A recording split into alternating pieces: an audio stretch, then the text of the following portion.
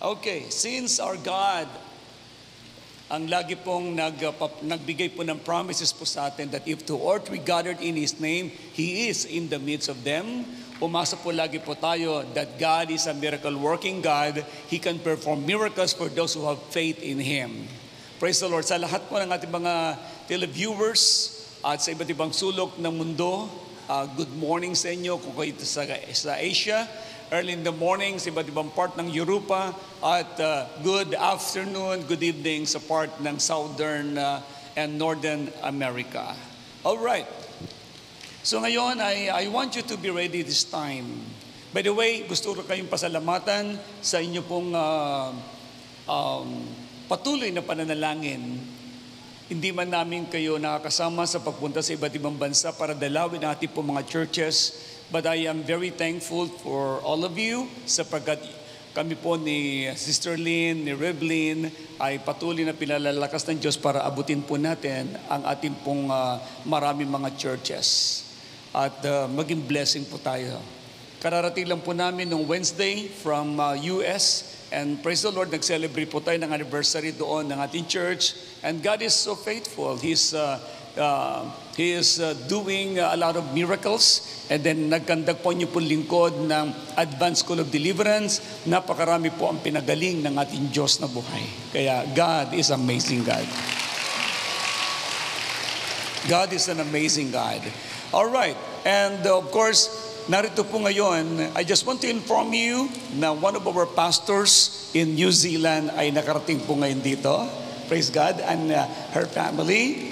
And siya po ang ating pong pastor sa Christchurch, New Zealand. At walang iba po kundi si Pastora Cheryl Gonzalez.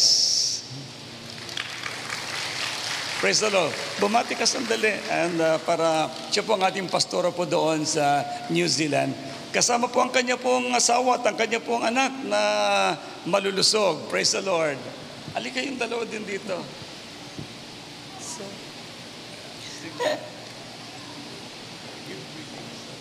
Yeah. Wow. Praise God. So, isang magandang umaga po sa ating lahat. In behalf of JA1 Christchurch, New Zealand, kami po ay nakikigalak sa isang mega church. Naalala ko pa po kasi noon, grabe po, na kapag umuulan, alam nyo yon, kami po'y gumigit na pag nagpipreach si Bishop kasi nababasa po doon sa dalawang side. But wow, nung pagdating pa nga po namin ng Friday dito, grabe po ang Lord. So, kami po'y nakikigala, kami po'y masayang-masaya na kami po ay nakapunta dito.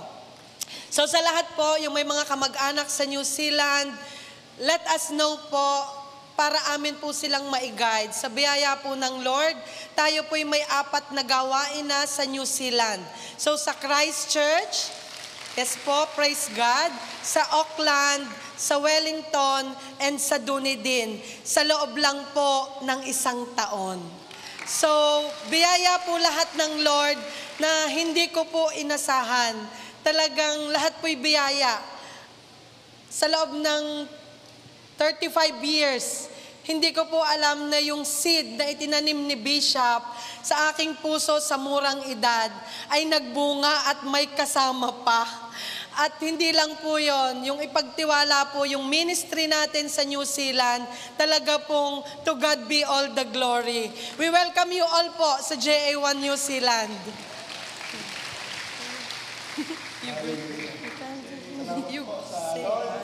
At tunay nga pong siya'y napakabuti. Totoo pong napakabuti ng ating Panginoon. At talaga siya po ay tunay na buhay. At siya po ay talagang sumasagot talaga sa ating mga panalangin. Ako po ay doon sa New Zealand nakakilala. At talaga pong nakita po yung pagbabago, yung kanyang pagkilo sa aking buhay. Talaga pong lahat ng bisyo ay daladala ko po roon. Talaga po ako number 1. Talaga po ako certified mabisyo. Sa akin na po lahat. Pero sa biyaya po ng Lord, dahil sa kanyang pagkilos, talaga po ang lahat ay natalakuran sa biyaya po ng Lord. Salamat po sa Lord at sa ating pong bishop. Salamat po sa inyo. Blessed morning po sa ating lahat. Nahiya po ako. First time ko po dito and surely babalik po palagi habang nasa Pilipinas. God bless po. Thank you very much, Pastora. Ingatan kayo ni Lord na buong mag-anak. Okay, enjoy your vacation. Praise the Lord. All right, and of course, ay gusto ko rin pong sabihin na one of our members sa California ay nakarating din po dito. At yan po ay si Sister Jenny. Yes, she's there. Praise the Lord. You wanna say hi? Alright, yan. Ang tawag ko lagi sa kanya is smart girl. Okay, smart lady talaga siya. Praise God. Say hi. Magandang umaga po sa ating lahat. Una po, papuri at lahat pong ito, paggising po natin sa umaga ay biyaya na ibinibigay sa atin ng Panginoon. Ako po ay si Bishop po, pag dumadating noon ay hindi pa ako po totally uma-attend. Ako po para akong si Martha, nagsa-service sila, ako ang naiiwan sa bahay, nagluluto pagdating nila para kumain. Pero talagang, alam po nyo, Catholic, pero there is an emptiness on myself. Sabi ko, Lord, bakit po parang kulang pa pag lumabas ako ng simbahan? And knowing, behold, talagang siya po ang humipo sa akin para makilala ko po siya ng lubusan. Isa na po akong member ng JA1 Northridge. Talaga pong ang lahat ay hindi po natin makakamtan ang kaligayahan at kasaganaan pag hindi ka isinapuso mo kung sino talaga ang tagapagligtas at tagapagbigay ng biyaya natin sa araw-araw. Talagang lubos-lubos po ako. Talagang ginamit po ni Lord si Bishop, si Reblin, si Pastora Medi. Talaga pong every year, alam po, siguro po ilang days lang po sila dito. So for the whole year in the Philippines, talaga pong sakripisyo ang ginagawa nila para po maipahayag nila ang salita ng Panginoon Diyos sa buong Pilipino, sa buong bansa at hindi lang po Pilipino, lahat po ng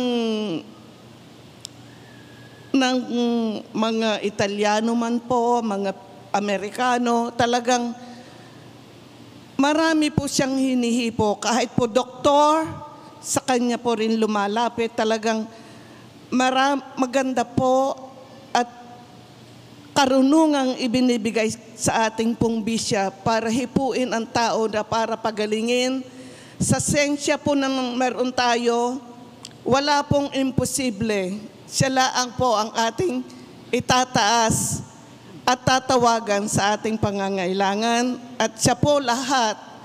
Ang una po ay marunong po tayong magpatawad. Pagka tayo po ay nagpatawad at ihiningi po natin ang ating kasalanan, siya po ang lahat ng gagawa ng miracle sa ating buhay, 10 ng ating kamag-anak, at sa buong mundo kapayapaan ang ibibigay niya sa atin. To God to be the glory. Marami pong salamat sa lahat at nakarating po ako dito. Thank you, Lord. Thank you, Jesus.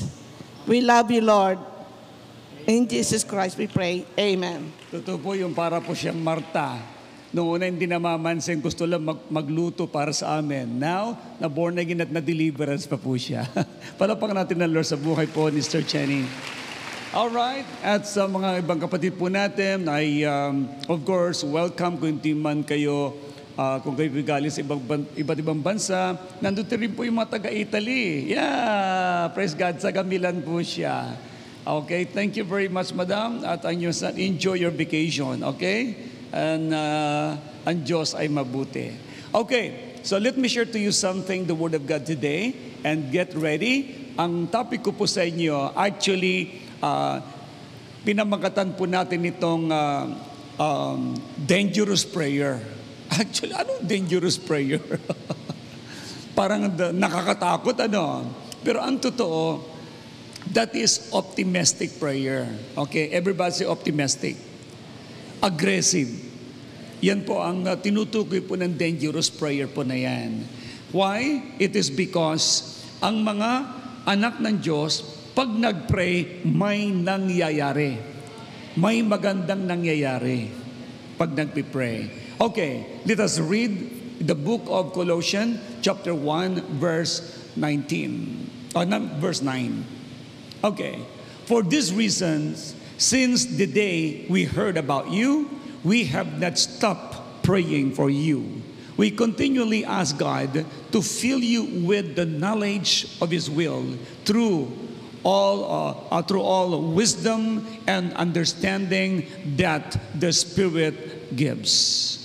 Pag tatagalugan po natin, ang sabi niya, kaya't mula nang marinig namin ito, patuloy naming idinadalangin sa Diyos na sana'y ipaunawa niya sa inyo ng lubusan ang kanyang kalooban sa pamamagitan ng karunungan at pangunawang kaloob ng Espiritu. Ang Diyos ang magpapala sa pagkakabasa ng kanyang buhay at banal na salita. Everybody say prayers. Do you not know na ang prayer ay itinuro ng Diyos po sa atin? If we will recall chapter 6 ng book of Matthew, si Lord ang nagturo po sa atin na ganito kayo manalangin. Our Father, who art in heaven, hallowed be thy name. Your kingdom come, your will be done, on earth as it is in heaven. Give us this day our daily bread, and forgive our trespasses, as we forgive those who trespass against us. And lead us not into temptation, but deliver us from evil. Amen. Okay, yung panalangin pong yun, natutunan na po natin, bata pa po tayo. Tama. Pero hindi natin ito lubos na isa sa katuparan kasi minimorya mo lang siya pero hindi mo naintindihang lubos. Ang point ko po dito, si Lord ang nagturo sa atin ng manalangin. Why? It is very important to pray to God and to listen to God. Again, it is very, very important to pray to God and listen to God. God is being pleased by His children who pray fervently for others. Napansin niyo po yung word po doon na as we forgive those who trespass against us, tulad ng pagpapatawad namin sa mga tao na nagkasala sa amin, ito po yung prayer for others. Ang prayer po pala ay hindi para lamang pang sarili mo, kundi ito ay para ipag-pray mo ang ibang tao. Now, ito yung sinasabi ng Biblia na even ang mga namumuno sa gobyerno, we have to pray for them. Sabi na nga ng 1 Timothy chapter 2, verse 1 up to 3, na wag daw po natin kaliligtan ipag-pray ang mga nasa pamahalaan. Why? They need to be guided by God because if they don't fear the Lord, then ang buhay po nila ay uuwi lamang sa unfaithfulness sa gobyerno hanggang sa magkakaroon ng corruption or kaya'y basta lamang papasok na walang gagawin. Especially for the leaders of the land, they need our prayers. Now, sinong panalangin at kaninong panalangin ang pakikinggan ng Diyos? Ang sabi ng book of Isaiah chapter 59 verse 1 and 2, hindi ako bingi para pakinggan ko kayo, ni hindi rin maikli ang kamay ko para abutin ko kayo at tulungan ko kayo. Ang kasalanan ninyo ang nakabang sa aking mukha, kaya hindi ko kayo marinig at makita. Kaya kung mayroon mang pakikinggan ang Diyos, yung tao na humingi ng tawad sa kanyang mga nagawang kasalanan, tumalikod sa kanyang mga kasalanan at mga karumihan, at yung tao na yun ay may relasyon sa Diyos, yun ang taong pakikinggan ng Diyos ang kanya pong mga panalangin. Why does God want us to pray for others? Even ang sabi din ng Matthew chapter 5 verse 44, love your enemies. Bakit mo kailangan mahalin ang kaaway mo? It is because ayaw ng Diyos ang gera. Ayaw ng Diyos ang away. Because ang pag-aaway ay hindi nagbibigay ng kapayapaan, una sa pamilya, hindi rin nagbibigay ng kapayapaan sa komunidad at maging sa bansa. Kaya pray for your enemy and love your enemies, because that's the way how to become a holy person. Sabi ng book of Hebrews chapter 12 verse 14, mamuhay ka ng may payapa sa kapwa mo. Live in peace to each other and live in holiness. Without such things, no one can see the Lord. Pag tagalugin po natin yan, sikapin ninyong makasundo ang lahat. At magpakabanal sapagkat hindi ninyo makikita ang Panginoon kung hindi kayo mamumuhay ng ganito. So tell to the person next to you, be holy. Again, be holy. So ito yung utos ng Diyos sa atin. Bakit mamuhay ka ng may kapayapaan at may pakikipagkasundo sa lahat? Because every time na ang tao ay may kaaway, hindi po yan nabibitaw ng magandang salita. And I will use this word, anger and evil people ay hindi mo makakakitaan kailanman ng kabutihan. And I will use the word dangerous. Say again, dangerous. Dangerous ang tao na magagalitin. Dangerous ang tao na lagi nang may sama ng loob. Hindi mo mariringgan ang taong magagalitin ng magagandang bagay, at hindi mo rin makikitang masaya ang mukha niya. Dangerous. Kung naalala niyo po ang mga nakaraang mga turo ko sa inyo about law of anger. Ang law of anger, kapag meron ka daw pong kaaway, kagalit, huwag mong palulubugin ang araw na hindi ka nagpatawad.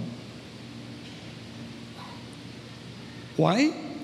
Yan ang sinasabi ng Ephesians chapter 4, verse 26 up to 27. Huwag mong palulubugin ang araw na hindi ka nagpapatawad. Don't give footholds to the devil. Kaya kung magagalit man kayo, iwasan ninyo ang kayo'y magkasala. Huwag ninyong hayaang lumubog ang araw. Nagalit pa rin kayo. Kaya sabi mo sa katabi mo, narinig mo yon? Why? Tingnan niyo po yung verse 27. Huwag ninyong bigyan ng pagkakataon ang dyablo. Okay. So, pwede ka raw magalit kung itutuwid mo ang isang tao. Pero, short-lived ang tawag doon. Sandali lang yun. Magpatawad ka na kaagad. Para sa gayon, ay hindi ka dalawin ng dyablo. Okay? Now, Sino po dito ang meron pang kagalit? Okay, kung meron po kayong kagalit, magpatawad daw kayo. Hindi kayo mapapabuti. God gives us instruction in His words to pray for one another. If you will recall, ang sabi ng James chapter 5 verse 16, sabi niya dito, okay, submit yourself to one another and pray one for another, that you may be healed. For the prayer of a righteous man availeth much. Tagalog, kaya nga ipagtapat ninyo ang ninyo sa inyong mga kapatid ang inyong mga kasalanan at ipanalangin ninyo ang isa't isa upang kayo'y gumaling. Malaki ang nagagawa ng panalangin ng taong matuwid. Makinig muli. Pag ikaw ay puno ng pag-ibig, mapagpatawad kang tao, matuwid kang tao. Kaya naman pag nanalangin ka, ang Diyos ay nakikinig. Now, why I call it dangerous yung prayer? It is because, ibig sabihin, pag nag-pray ang matuwid, dangerous yan sa demonyo. Makinig. Kaya pala ayaw ng dyablo na kayo'y manalangin. Ayaw din niya na maging matuwid kayo. Dahil pag nag-pray ka, effective ang prayer mo. At dahil sa effective ito, ang dyablo ay talo. At ikay mabubuhay ng punong-puno ng ibayong tagumpay. Say hallelujah! Now, tingnan niyo pa paano ba kayo mag-pray. Ephesians chapter 6, verse 18 and 20. Ang sinabi niya, ang lahat ng ito'y gawin ninyo na may panalangin at pagsamo.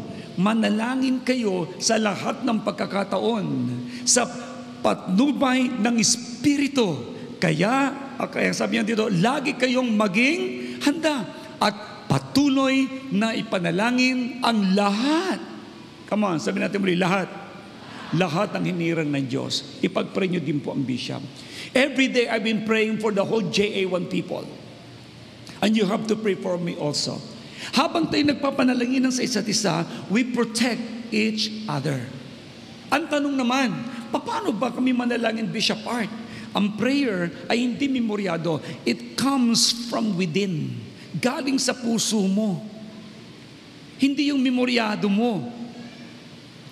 Hindi yung mananalangin ka ng ganito. Abag Ginoong maripunong-punong ka ng grasya, ang Panginoon Diyos sumasayo. Ay sandali, hindi po yung panalangin. Hindi rin yun. Tapos mayroon pang panalangin doon na ipanalangin mo kami mga makasalanan ngayon hanggang kami mamamatay. Pinag-pray mo na ikay mamamatay na. Wala po yun sa Biblia. Kung ano ang way ng prayer ng Bible, yun po ang gagawin po natin. Everybody say acts. Again, ang ibig sabihin ng acts, adoration, confession, thanksgiving, supplication. Again, adoration, confession, thanksgiving, supplication. Ayan. Pag adoration, meaning to say, you should know how to praise our God. Kaya ang sabi nga ni Jesus Christ, ganito kayo manalangin, Ama namin, sumasalangit ka, sambahin ang ngalan mo. Kaya adoration po yun. Okay? Tapos, confession, patawarin mo kami sa mga nagawang kasalanan. At pagkatapos nun, hingi at magpasalamat ka sa lahat ng biyayang tinanggap mo sa Diyos at magpasalamat kang pinatawad ka ng Diyos. At pang-apat, supplication, saka ka humingi. Usually, ang mga tao'y hingi na lang ng hingi. Pero hindi nagpupuri. Now, itutuwid ko kayo, every one of us, if you are a child of God, your duty is to pray and worship to the living God. Kaya dito inaawitan natin ng Diyos. Paano mo aawitan ng Diyos kung hindi mo alam ang mga awitin para sa Kanya? Kung ang alam mo lang na awitin ay ilaw sa gabing madilim. Ano ba naman yan? Harana, Kung inaharana mo ang ibang tao, higit mong papurihan at haranain ang Panginoon mong Diyos na nagbibigay ng buhay sa iyo. I want you to know this. Every morning, pinupuri ko ang Panginoon. Madaling araw, lumuluhod po ako at sinasamba ko siya. Why? Because that's how I worship my God who blessed me every day. Very thankful po ako. And I know that the more I worship Him, the more I sing to Him, the more I kneel down to Him, the more I pray, the more He will bless me and answer my prayers. Kaya nagiging dangerous po tayo sa demonyo, sa iba't ibang masasamang espiritu. Dangerous po tayo. Kaya everybody say, more prayer, more power. Less prayer, less power. No prayer, no power. Pili, saan ka doon? Saan? More. Bishop, alam mo naman, ako negosyante, ang dami-dami ko talagang trabaho. Wala nang akong panahon, wala nang akong... Tandaan mo, once na naging busy ka sa lahat ng mga bagay na wala kang panahon sa Diyos na buhay, para mo na rin sinabing walang panahon ang Diyos din sa iyo. You should know how to worship thy God. Remember this, mayroong maganda dito ha. Listen, Job chapter 36 verse 11. I-memorya niyo po itong lahat ha. Napakaganda po nito. Job chapter 36 verse 11. If you listen and obey God, He will bless you with prosperity throughout your life. Alam nyo, Englishin nga natin. Maganda po yung sa English. Bago natin balikan ang Tagalog. Kapag ikaw daw ay nakinig na mabuti sa Diyos, ang buhay mo isasagana at payapa. Sabi niya, if they listen and obey God, they will be blessed with throughout their lives, and their years will be pleasant. Ay grabe na to. Pag ikaw daw ay nakinig at sumunod sa Diyos mo, ikaw ay pagpapalain niya ng kasaganaan sa habang ikaw ay nabubuhay. Ang kanila pong, ang inyo daw pong taon na buhay ay magiging pleasant, magiging napakaganda. Kaya pala, dahil sa sumusunod, nakikinig ka sa Diyos na buhay. Pag nag-pray ka, nakikinig ang Diyos. Habang siya nakikinig, ang pangako niya, He will bless you with prosperity throughout their lives. Kaya this is my belief. Ito yung paniniwala ko. Lahat ng sumusunod sa Diyos, nakikinig sa Diyos, ang tao na yon, payayamanin talaga ng Diyos na buhay dahil siya ang nagsabi nito, I will bless you. They will be blessed with prosperity throughout their lives. Grabe, habang nabubuhay ka daw. Taningin mo yung katabi mo, narinig mo yon? Nako, kaya pala, ang Diyos ay masayang makinig sa lahat na nagmamahal sa Kanya. Kaya pala inutusan niya tayo, tinuruan niya tayo na mahalin ang Diyos ng buong puso, buong isip, buong lakas at buong kaluluwa. At mahalin mo din ang kapwa mo tulad ng pagmamahal mo sa iyong sarili. Kapag sinunod mo ang utos ng Diyos na mahalin siya at ang iyong kapwa, ang buhay mo daw po ay magiging masagana, pagpapalain ka niya habang nabubuhay ka. Say hallelujah! Mangyayari. Sabi mo sa 7 kapatid mo, mangyayari yon.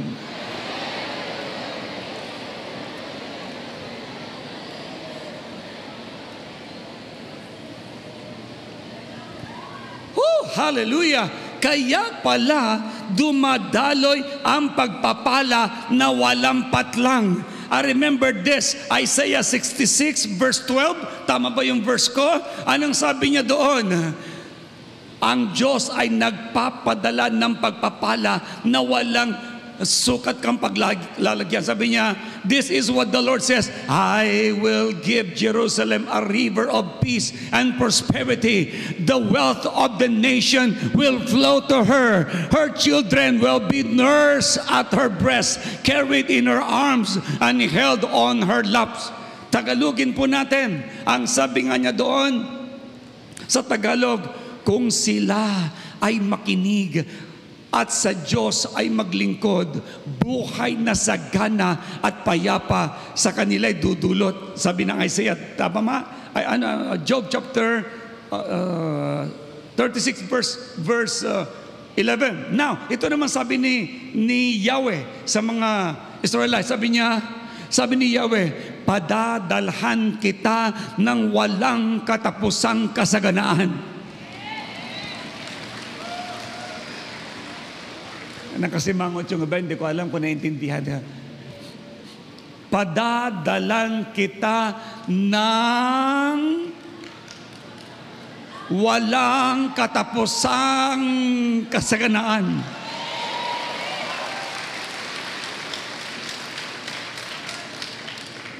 Grabe! Ito pang kasunod. Ang kayamanan ng ibang bansa ay aagos patungo sa iyo tulad ng umaapaw na ilog.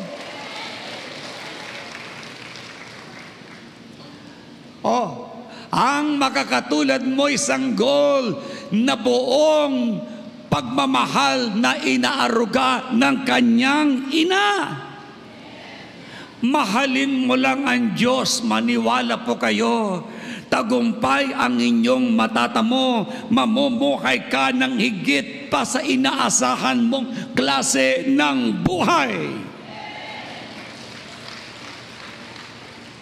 Makinig.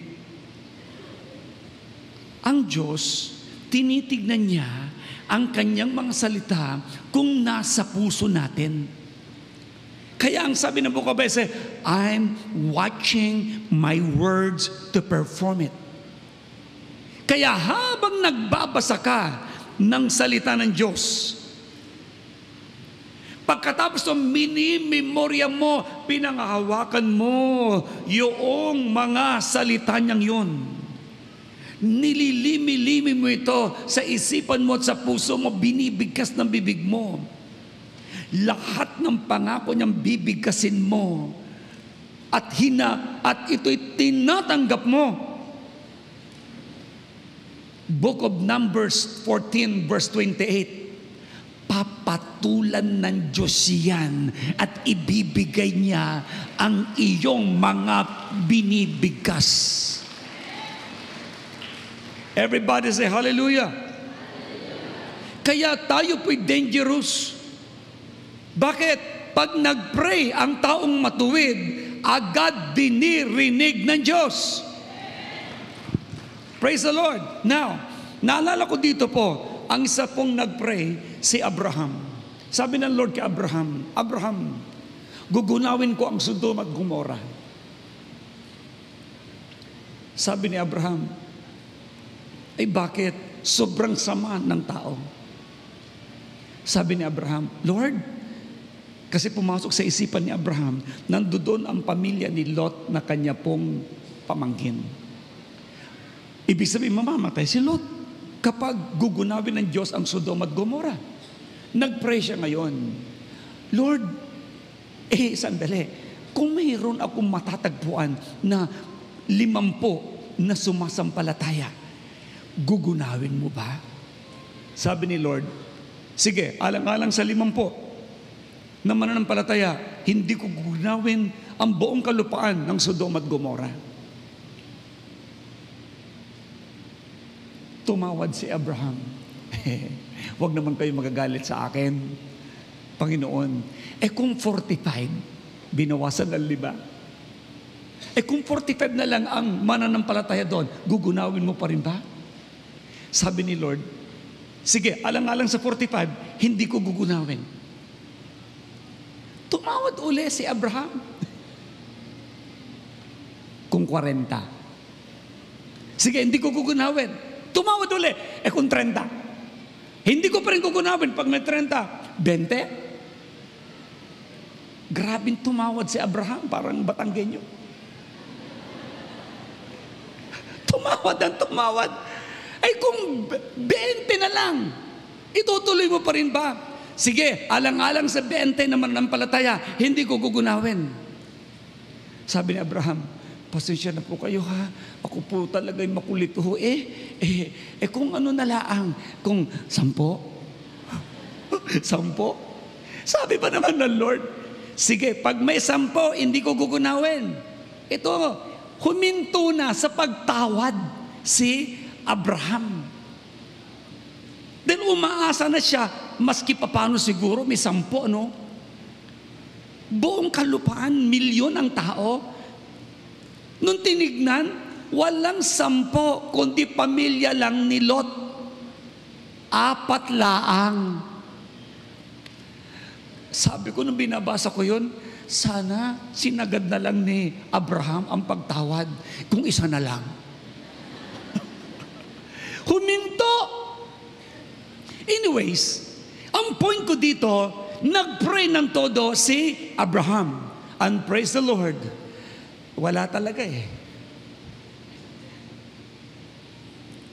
Pamilya lang ni Lot talaga ang born again Kaya, nagunaw ang Sodoma at Gomorrah. That's what I'm saying. Pero, naligtas pa rin ang pamilya ng kanyang pamangkin. Naligtas si Lot. Kaya alam nyo, maniwala po kayo, lahat kayo na born again Christian, huwag niyong lulubayan, ipag-pray ang inyong mga mahal sa buhay. Ililigtas ng Diyos po yan. Say hallelujah! Pangalawa po dito na example ng pananalangin, walang iba kundi itong si Moises. Nagalit si Lord. Sabi ni Lord, Moses, sobra na ito mga Israelita na ito. Papatayin ko lahat ng mga yan. Ikaw na lang ang pagmumulan ng bagong lahi.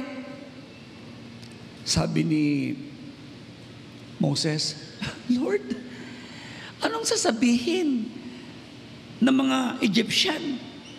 Inilabas mo lang ang mga Hebrews para patayin lang pala sa ilang? Maghulos dili ka, Panginoon. Ikaw ang mapupulaan. Pinangako mo kay Abraham, kay Isaac at kay Jacob na pararamin mo kami na sindami ng buhangin sa karagatan. Alam nyo, sabi ni Lord, sige, dahil sa iyo, ang mga matitigas na ulo ng mga taong are, sige, hindi ko na sila papatayin. Ganon ka-dangerous ang prayer ni Moses. Even ang puso ng Diyos ay napapasunod. Anong kamo, Bishop Art? Napasunod? Yes! Nakinig ang Diyos. Hindi niya ginunaw ang mga Israelites. Dahil sa prayer ni Moses. Kaya kalabitin mo yung katabi mo, laging mag-pray. May nangyayari habang nagpipray ang mga matutuwid na anak ng Diyos. Amen? Another thing, si Daniel at ang mga Israelites, sila po'y na-scattered dahil sa kanila po mga kasalanan. Alam nyo, nag-pray ng todo. Ito pong si Daniel na ang mga kasalanan ng mga Israelita ay patawarin ng Panginoon. At ibalik sila muli sa Jerusalem. Purihin ng Panginoon dahil sa matinding panalangin ni Moses, dininig ng Diyos at muling naitayo ang Jerusalem at ang Temple of Jerusalem. Prayer. Another example, walang iba kundi si Apostle Peter. Si Apostle Peter, mayroon pong nagangalang Dorcas na matay. Ang sabi ng mga tao, man of God, namatay po si Dorcas. Isang napakabait na tao at mananampalataya. Ngayon, pinaliguan na po namin yung kanyang bangkay. Nandoon sa kwarto, baka pwedeng ipag-pray ninyo. Pumunta si Peter at nakita po niya umiiyak ang mga babaeng balong at sinasabi, Man of God, tingnan po ninyo, ito yung mga ginawa ni Dorcas na mga balabal namin. Sobrang bait po niya. Si Peter, sinabihan niya ang mga tao, sige, lumabas muna kayo at ako'y mananalangin. Nag-pray, earnest prayer. At pagkatapos niya manalangin, binulungan lang niya ang bangkay. Tabita, Dorcas, bangon. Aba, bigla nagmulat. Bumangon. Nagulat ang mga tao. Ang panalangin talaga ng taong matuwid, dinirinig ng Diyos, maski patay na, pwedeng mabuhay. Say hallelujah! May ginagawa ang Diyos pag ikay nananalangin. Sabi mo sa muli sa katabi mo, mag-pray. Ay yung iba bago manalangin sinisisi muna ang iba sinabi ko na nga kasi, hindi dapat gagawin are. At pagkatapos noon, tapos ngayon, nahingi kayo ng panalangin. Ay nako mga kapatid, wag nang manisi. Kaya sila lumapit sa inyo para magpa-pray dahil naniniwala sila ang Diyos ay pwedeng makinig sa panalangin ng isang taong matuwid. Say it again, pray lang ng pray. Oh, ito naman si Apostle Paul. Si Apostle Paul, maski saan pumunta, pinagpepre niya ng gusto ang maraming mga tao. Tulad sa Roma, sa Thessalonica, sa Colossus, sa Ephesians. Nagpipray siya lagi. Tulad ng prayer po niya sa Romans chapter 1, verse 9 and 10. As we read that, Romans chapter 1, verse 9 up to 10. Ito po yung example po ng prayer ni Paul. Sabi niya, saksi ko ang Diyos na pinaglilingkuran ko ng buong puso. Tandaan niyo po yung word na, ng buong puso. Sa pamamagitan ng aking pangangaral ng magandang balita tungkol sa kanyang anak, na lagi ko kayong idinadalangin.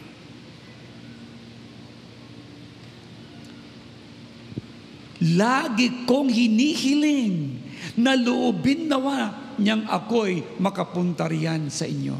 So ang point po dito, Paul is keep on praying. May nangyayari. Tingnan niyo po ang example po nito. Sa pananalangin nating lahat, nakapagpatayo po tayo ng napakagandang sambahan ng Diyos. This is amazing. Sa inyo pong pananalangin, napansin ninyo dito yung mga mayroong sapi. Dahil sa prayer ng mga pastor po natin, very sharp po sila na pag nagpipray, gumagaling ang mga may sakit. Why? Ang Diyos ay laging nakaabang na dinggin ang panalangin ng taong matutuwid.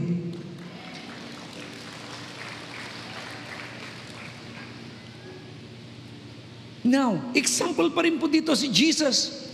Jesus, example of intercessory prayer.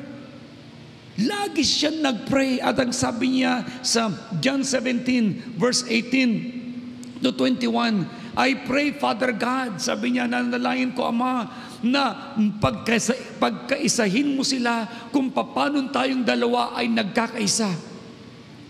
Lord, manatili sila. Kaya sabi niya, Ama, maging isa nawa sila lahat. Kung papanong ikaw ay nasa akin at ako'y nasa iyo, gayon din naman maging isa nawa sila sa atin upang ang mga tao sa daigdig ay maniwala na ikaw ang nagsugo sa akin. Si Jesus nagpipray. Diyos na siya, nagpipray pa.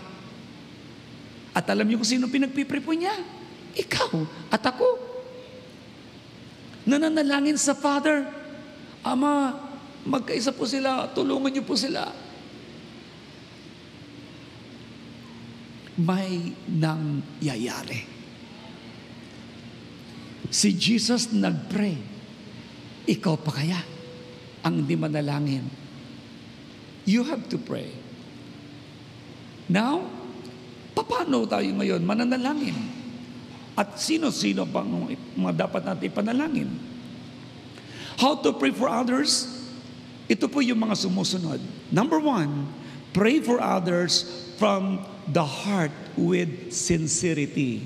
Pag nag-pray ka daw, galing sa puso at seryoso ka. Totoo ang pananalangin. Pwede ba makita mga kamay ng mga marunong ng manalangin? Raise your hand. Salamat. Paano pag mananalangin? Galing daw sa puso, hindi po sa nguso. Galing sa puso, nagpipray. With sinceridad. Totoo. Bakit? Pag nagpray ka, sabi ng Hebrews chapter 10, verse 22, kaya't lumapit kayo sa Diyos ng may pusong tapat at may matibay na pananampalataya sa Kanya. Lumapit tayong may malinis na budhi sapagkat nilinis na ang ating mga puso at hinugasan na ng dalisay na tubig ang ating mga katawan. Pray with sincerity. Huwag mamimiss ang pananalangin.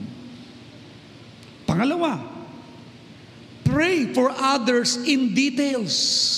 Ano yung details? Pag may nag-request sa'yo, ipag-pray mo. Pag sinabing ipag-pray niyo po ako, may sakit po ako, ipag-pray mo. Lord, Bishop, kapatid, ipag-pray niyo ako dahil ganito ang situation ko, ipag-pray mo. At hindi naman po trabaho na ordinary ang inihiling sa inyo. Yung prayer, meaning you are being urged by these people to pray and be closer to God more and more. Kaya sila nagre-request, they believe in you that you are close to God. Now, because you are close to God, then God will answer your prayers para sa kanila. Pangatlo, pray for others with love. With faith, Pag nagpipray ka, manampalataya ka na ang panalangin mo'y diringgin ng Diyos at ang mga nag-request na ito ay matutugunan ang kanilang mga kahilingan because of you. It should be with faith. Number 4, pray for others with love. Say again, love. Pag may pagmamahal ka sa taong pinagpe-pray mo, iba yung dating ng prayer mo. Pero kung hindi mo mahal yung pinagpe-pray mo, basta-basta, Lord, pagpalain niyo po siya. Thank you. Pero pag talagang close friend mo yon, pag pinagpe-pray mo yan, detalyo, Jesus name. Lord, hihiling ko po. Pagalingin niyo po siya. In Jesus' name. Ikaw may sakit ka, lumayas ka. Diba? You are praying. Why? From the heart with love. Ibang klase. Tandaan niyo, pag nagpipray ka na may pagmamahal, mararamdaman mo yung bigat na nararamdaman ng pinagpipray mo. And I tell you, ang Diyos ay masaya na tugunin ang iyong dasal.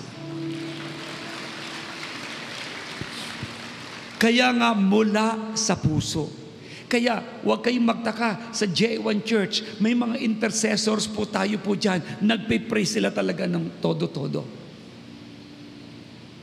Pray for others with love. And the last one, pray for others with our desire to help. Ayan mo na ipag-pray mo ang iba na meron kang pagnanasa na makatulong sa kanila. Magwawakas po ako sa isang kwento. Meron pong nagngangalan na Peter Ridgely. Ano yon? Pakinig mabuti. Peter Ridgely. 10 years po na hindi niya nakikita ang kanya pong mother. Sumakay po siya ng barko. Ito po ay noong panahon, noong 18th century. Sumakay po siya ng barko mula sa England papunta sa Australia, Sydney, Australia. Sa kanila pong paglalawig, ang barko ay nakaranas ng bagyo. At ang barko po ay lumubog at isa lang po ang naligtas. Ito pong si Peter Ridgely. Pagkatapos noon, may dumating na barko, nasagip po siya. The following day, nasagip po siya. Siya nagpasalamat. At habang naglalayag po sila, another typhoon ang na-encounter ng sinakyan niyang barko na nagligtas sa kanya, lumubog ulit. At siya lang ang naligtas uli.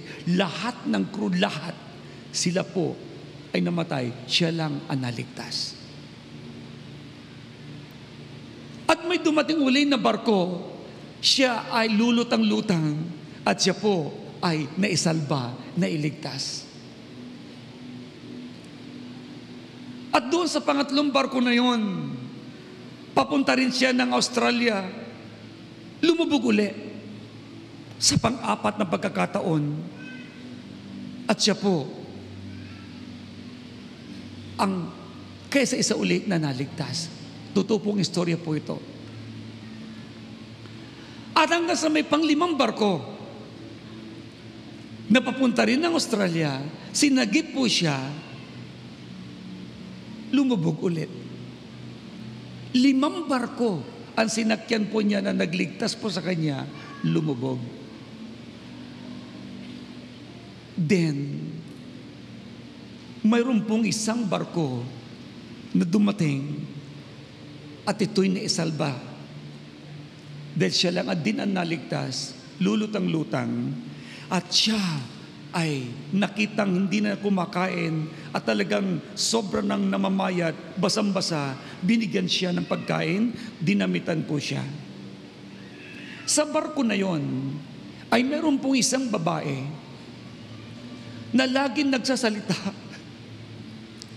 Dahil siya po'y may lagnat at lagi siya nagpipray. Ang sabi po ng babae pong yun, matandang babae, Lord, huwag mo akong kayayaan mamatay na hindi ko nakikita yung aking anak. Lord, tulungan mo po ako na makita ko po ang aking pong anak. Ang doktor ng naturang barko, ibinibigay sa kanyang gamot, pero matindi yung lagnat po niya para po siyang titipusin. Pero tuwing siya ay nagsasalita, ang bigkas lagi niya, Lord, wag mo ako kayang mamatay, hindi ko nakikita ang aking anak. Halos lahat ng nagtatrabaho sa barko, lahat ng crew, kilala na po siya. Pati na ang mga nakasabay niyang mga passengers ay kilala na siya. At isa lagi niya lingwahe, huwag mo akong hayaan na mawalan, hindi ko nakikita ang aking anak. Kaya kilala na siya. Hanggang sa siya nanghihina, nandoon na lang siya sa kanyang maliit na kwarto na kung saan siya na-assign. At doon na rin siya ginagamot ng doktor. Sabi po ng kapitan ng barko, kinausap niya ito si Peter Ridgely. Sabi niya, "Sir, pwede ba akong mag-request sa'yo?" Ang sabi ni Peter Ridgely, "Ano man po ang sasabihin po ninyo, ang buhay ko po ay utang ko po sa inyo. Gagawin ko lahat ang gusto ninyong pagawa sa akin." Ano po ba yung gagawin ko? "Sir, mayroon po dito kasing matanda na ang kanyang sinasabi ay huwag siyang kunin ng Diyos hanggat hindi niya nakikita ang kanyang anak." Ngayon, kilala na kami lahat ng crew. At pati ng mga passengers dito, inaawa sa kanya at kilala na rin siya. Pwede bang ikaw ang magpanggap na anak niya? Dahil lagi na lang siya nakapikit, ang lagi na lang binibigkas. Pag maayan ako'y mamatay, hindi ko nakikita ang aking anak. At parang mamamatay na po siya. Pwede bang magpanggap ka na para sa gayon ay maging mapanatag man lang ang kanyang kalooban pag siya'y namatay? Gagawin ko ang anuman ang gusto po ninyong gawin ko. So, ang doktor, kinuha po, isinama si Peter Ridgely doon po sa matanda na kung saan ay nakatalikod at gray na ang kanyang buhok. At narinig ni Peter Ridgely ang panalangin ng matanda.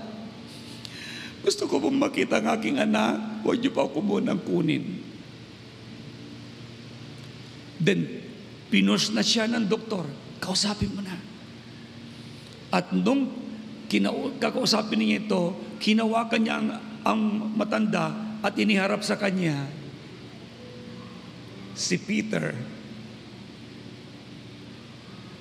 Ashley ay biglang umiyak, humagulgol. Dahil ang babae pala na matanda na nananalangin na makita ang kanyang anak ay si Zara Ridgely, ang kanyang ina na 10 years nang hindi nakikita. Nagkita sila at niyakap niya. Sabi niya, "Mama." Sumigaw yung kanya pong mother. Sabi niya, "Thank you, Lord. Dininig mo ang dasal ko.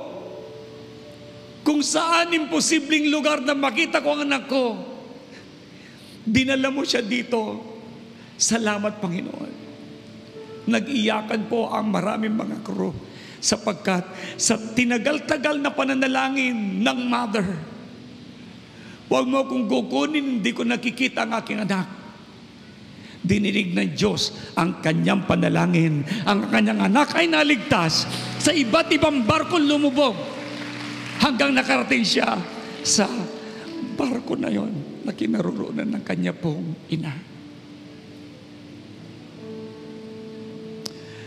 The following day, ang mother, sa sobrang kasiyahan, pinagaling ng Panginoon.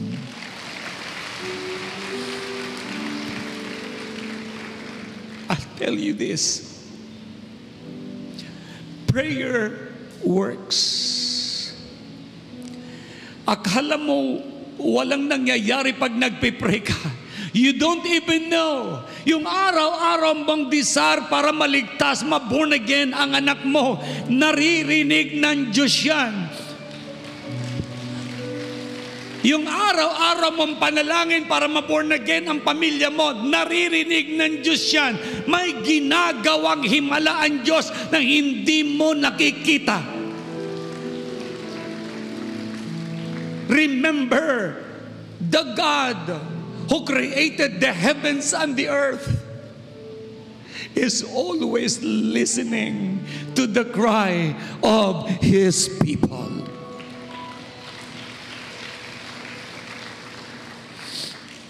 Mga minamahal,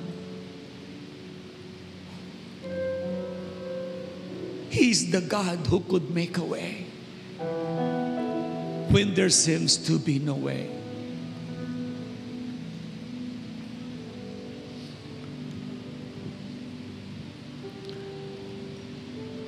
lumapit tayo sa Diyos. Tumayo po tayong lahat. At sabihin natin sa Kanya, ako'y lumalapit at sumasamo,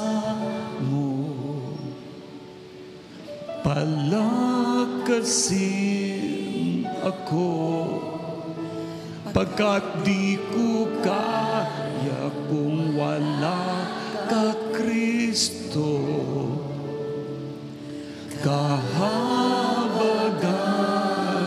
ako, ang buhay ko'y sa'yo maglilingkod, sa'yo maglilingkod.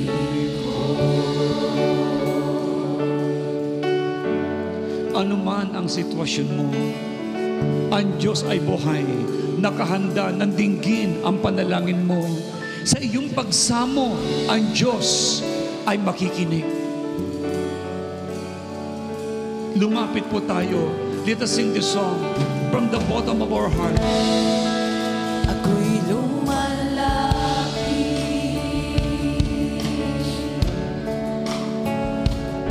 sa'yo, Panginoon. Pag-ibig mong takas Ang kailangan ko, ang kailangan ko.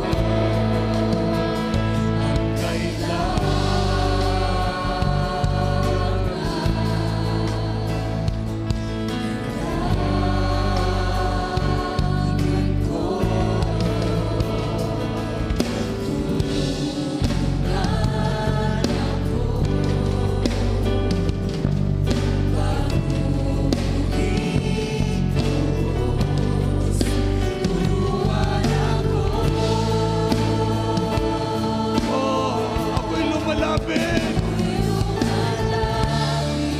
At sumasamo, Palakasin.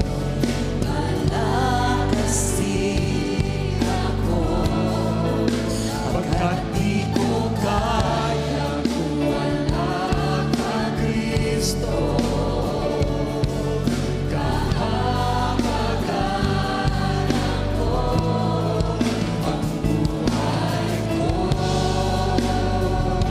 sa'yo maglilingkod, sa'yo ako'y lumalapit at sumasamo, palakasin ako, pagkat di ko kaya kung wala ka, Kristo. Kahabagan ako, ang buhay ko'y sa'yo maglilingkod, sa'yo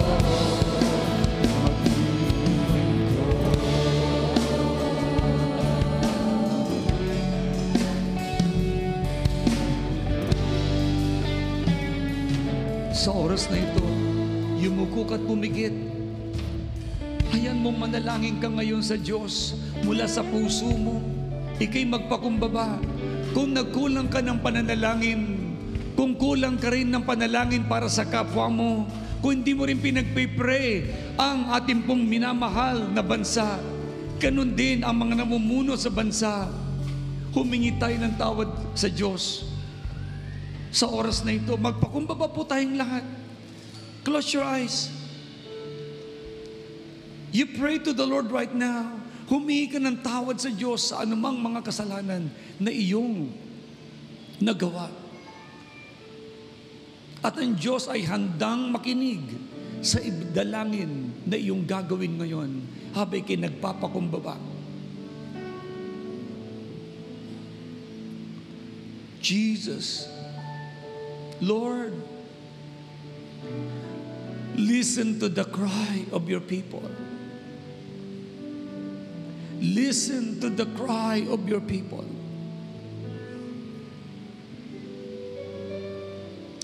Sila na nagpapakumbaba, O Diyos, humihingi ng tawad.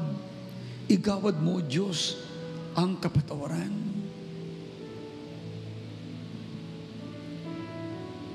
Hayaan niyo po, Panginoon, linisin ang bawat isa ng iyong banal na dugo.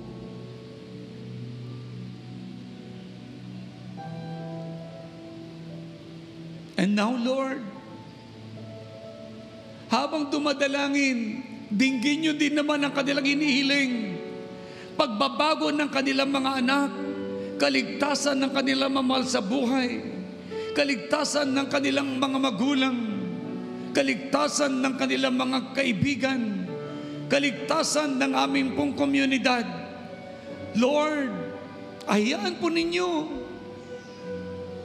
ang inyong habag ay inyong igawad, tulad, Panginoon, ni Sarah richly sa kanyang pananalangin na walang humpay. Nagkita sila ng kanyang anak, iniligtas mo si Peter richly. Lord, ganun din ngayon, O Diyos, alam kong may ginagawa kayo sa matagal ng pananalangin ng mga taong ito para sa kaligtasan ng kanilang mamahal sa buhay. Dinggin po ninyo, O God, ma-born again lahat. Lord, i-bless nyo din ang kanilang mga hanap buhay, kung ito man ang kanilang kahilingan. Pagalingin ang mga may sakit, O Diyos. Pagalingin, Lord, ang bawat buhay ng iyong mga anak. Lord Jesus, let these people experience the amazing victory. Itaas po natin ang mga kamay at sabihin natin, Lord Jesus, ikaw lang ang maghari sa puso ko bilang tagapagligtas at Panginoon. Lord, linisin mo akong lubos ng banal mong dugo sa lahat kong kasalanan na aking nagawa, naisip at sinalita. Lord Jesus, linisin mo akong lubos. Maghari kayo sa puso ko sa oras na ito. And God, naniniwala po ako, diringgin niyo ang panalangin ko. Lord, thank you for blessing me today, for blessing my family, my community, in the name of Jesus. In the name of Jesus. Ako na lang magpipray. Pagpalain ng Lord ang buhay ninyo. Pagpalain ng Lord ang inyong mga anak. Pagpalain ng Lord ang negosyo ninyo. Pagpalain din ng Lord ang ating pong community. Pagpalain ng Lord ang ating pong presidente. Pagpalain ng Lord ang vice president. Pati na mga senators, Lord, ang mga mayors, governors, oh Father God, vice mayor, vice governor, congressmen, councilors, and even, oh God, ang mga board members and mga barangay officials. I pray for thy continuous blessing for our beloved country, Philippines. Salamat po, Lord God. You answer our prayers. We are declared super blessed. And last but not the least, Lord, I pray, walang JA1 people na maghihirap. Bawat membro ng pamilya mabuborn again. Thank you for the answered prayers now. In Jesus' name, conquering name we pray. Everybody shout and say, Amen. And Amen. And Amen. Praise the Lord.